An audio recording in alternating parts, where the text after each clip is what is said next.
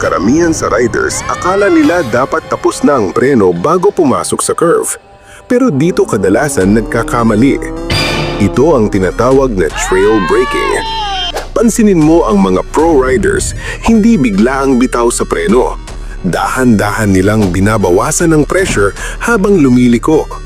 Mga 5 hanggang 10% sapat na yon para manatiling loaded ang harap. Kapag may load kasi ang front tire, mas dikit sa karsada, mas may grip, at mas kontrolado ang motor sa kurbada. Kaya tandaan, ang preno ay hindi lang panghinto. Ginagamit din ito para gabayan ang motor sa pagliko. Mapa-street man o track, details matter. May natutunan ka bang new skill?